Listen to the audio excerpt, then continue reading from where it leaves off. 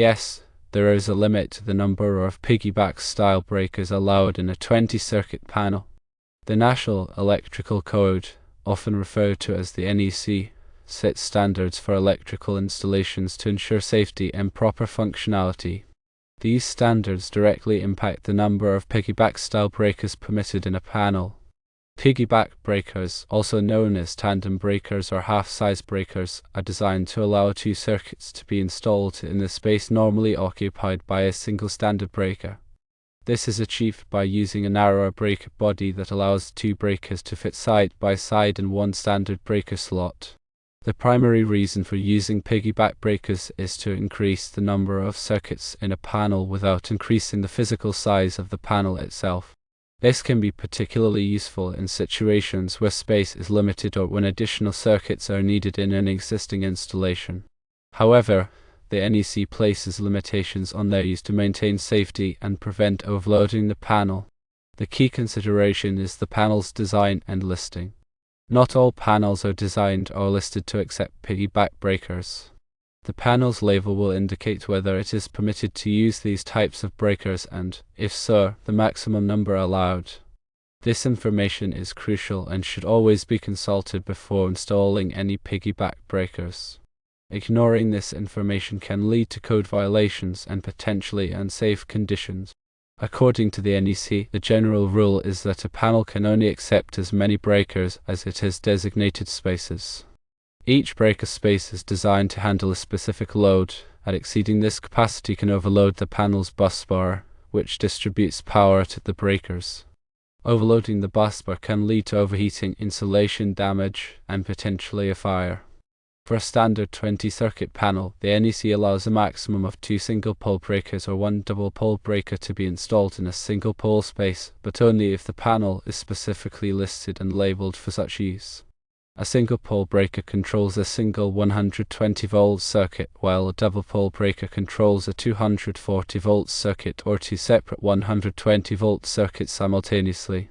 If the panel is rated for it, this effectively means that a 20-circuit panel can potentially accommodate up to 40 circuits if all the breakers were single-pole piggyback breakers. However, it's crucial to verify the panel's listing and labeling. If the panel is only listed for 20 circuits, then installing more than 20 breakers, even if they are piggyback style, would be a violation of the NEC. In practice, this means that a 20-circuit panel can have a maximum of 10 piggyback style breakers installed, assuming that the panel is designed and listed for it, and that they are installed in spaces designated for their use.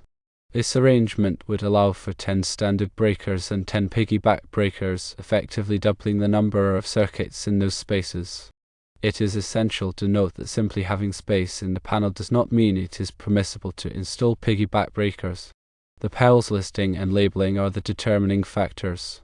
This information is typically found on a sticker or label inside the panel door.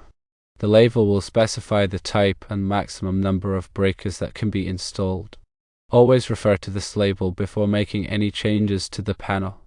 The NEC also addresses the issue of circuit identification. Each circuit in the panel must be clearly labeled to indicate what it serves. This is particularly important when using piggyback breakers, as it can be more difficult to trace the wiring and identify the correct circuit. Clear labeling helps prevent confusion and ensures that the correct circuit is energized when performing maintenance or repairs. The NEC requires that all circuit directories be accurate and up-to-date. This means that the labels must be updated whenever circuits are added or changed. Failure to maintain an accurate circuit directory can lead to safety hazards and code violations. In addition to the NEC requirements, local electrical codes may also have specific regulations regarding the use of piggyback breakers. These local codes may be more restrictive than the NEC, so it's important to check with the local building department or a qualified electrician to ensure compliance. When installing piggyback breakers, it's also important to consider the load on each circuit. The NEC specifies the maximum allowable load for each circuit, and it's important to ensure that the load does not exceed this limit. Overloading a circuit can cause the breaker to trip, which can be inconvenient and potentially dangerous. The NEC also specifies the size of the conductors that must be used for each circuit. The conductor size must be appropriate for the load and the length of the circuit. Using undersized conductors can cause overheating and potentially a fire. It's also important to ensure that all connections are properly made and tightened. Loose connections can cause arcing, which can also lead to overheating and a fire. All electrical work should be performed by a qualified electrician who is familiar with the NEC and local electrical codes. Attempting to perform electrical work without the proper training and experience can be dangerous and can lead to serious injury or even death. In summary, the number of piggy-back breakers allowed in a 20-circuit panel is limited by the panel's listing and labeling, the NEC requirements, and local electrical codes.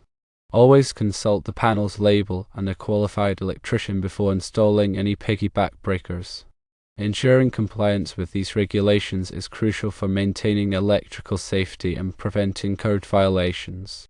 Firstly, check the panel's listing and labeling to determine if it is approved for piggy-back breakers. Secondly, adhere to the NEC guidelines regarding the maximum number of breakers allowed in a panel.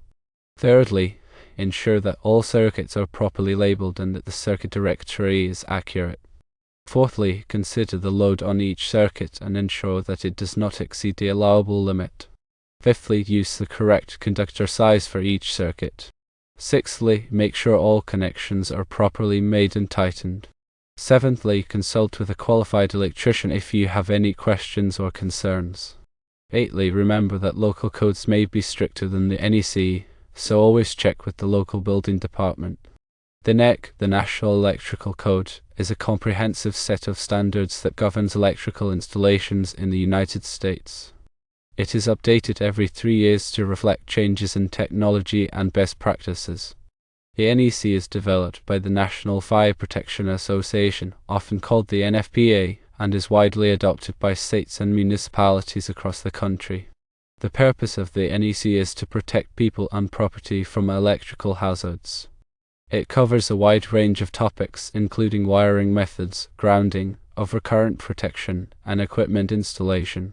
The NEC is not a law, but it is often adopted into law by state and local governments.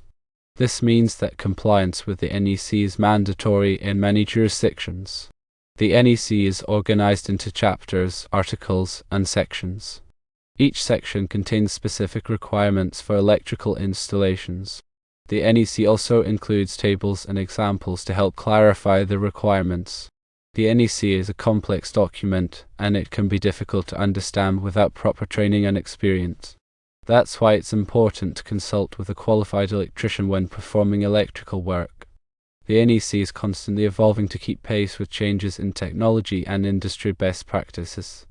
The updates are based on research, testing, and input from industry experts. Staying current with the latest edition of the NEC is crucial for ensuring electrical safety and compliance. The NEC also addresses specific requirements for different types of occupancies, such as residential, commercial, and industrial. Each type of occupancy has its own unique electrical needs, and the NEC provides guidance on how to meet those needs safely and effectively. The NEC also covers the installation of various types of electrical equipment, such as lighting fixtures, appliances, and motors. It specifies the requirements for wiring, grounding, and overcurrent protection for each type of equipment. The NEC also addresses the issue of electrical safety in hazardous locations. Hazardous locations are areas where there is a risk of fire or explosion due to the presence of flammable gases, vapors, or dust.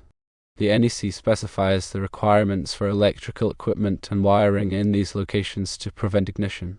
The NEC also covers the installation of renewable energy systems such as solar photovoltaic, also known as PV, and wind power.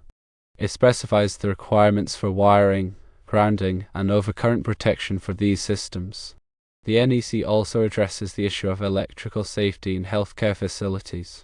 Healthcare facilities have unique electrical needs due to the sensitive nature of the equipment and the vulnerability of the patients. The NEC specifies the requirements for wiring, grounding, and emergency power systems in these facilities. The NEC also covers the installation of communication systems, such as telephone, data, and cable television.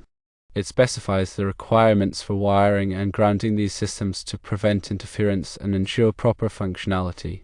The NEC also addresses the issue of electrical safety in recreational vehicles and manufactured homes. These types of dwellings have unique electrical needs due to their compact size and mobile nature. The NEC specifies the requirements for wiring, grounding, and overcurrent protection in these dwellings. The NEC is a valuable resource for anyone involved in electrical work. It provides a comprehensive set of standards that can help ensure electrical safety and compliance. However, it's important to remember that the NEC is not a substitute for proper training and experience. Always consult with a qualified electrician when performing electrical work. Ignoring NEC guidelines can lead to potential hazards. These could include electrical shocks, fires, and equipment damage. These hazards can have significant consequences, ranging from minor injuries to fatalities and significant property loss. Compliance with the NEC is essential for ensuring the safety of people and property. Staying up to date with the latest version of the NEC and adhering to its guidelines is a critical responsibility for anyone working with electrical systems. Electrical safety is a shared responsibility. By following the NEC and other safety standards, individuals and organizations can help create a safer environment for everyone. Regular inspections and maintenance of electrical systems are also essential for identifying and addressing potential hazards before they lead to accidents. Education and training are key components of electrical safety. By providing workers with the knowledge and skills they need to perform their job safely, employers can reduce the risk of accidents and injuries.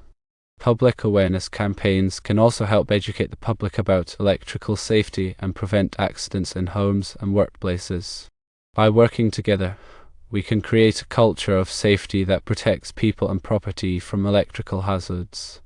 The consequences of ignoring the NEC can be severe, making it a critical document for electrical safety and compliance. A qualified electrician can help ensure you are in compliance.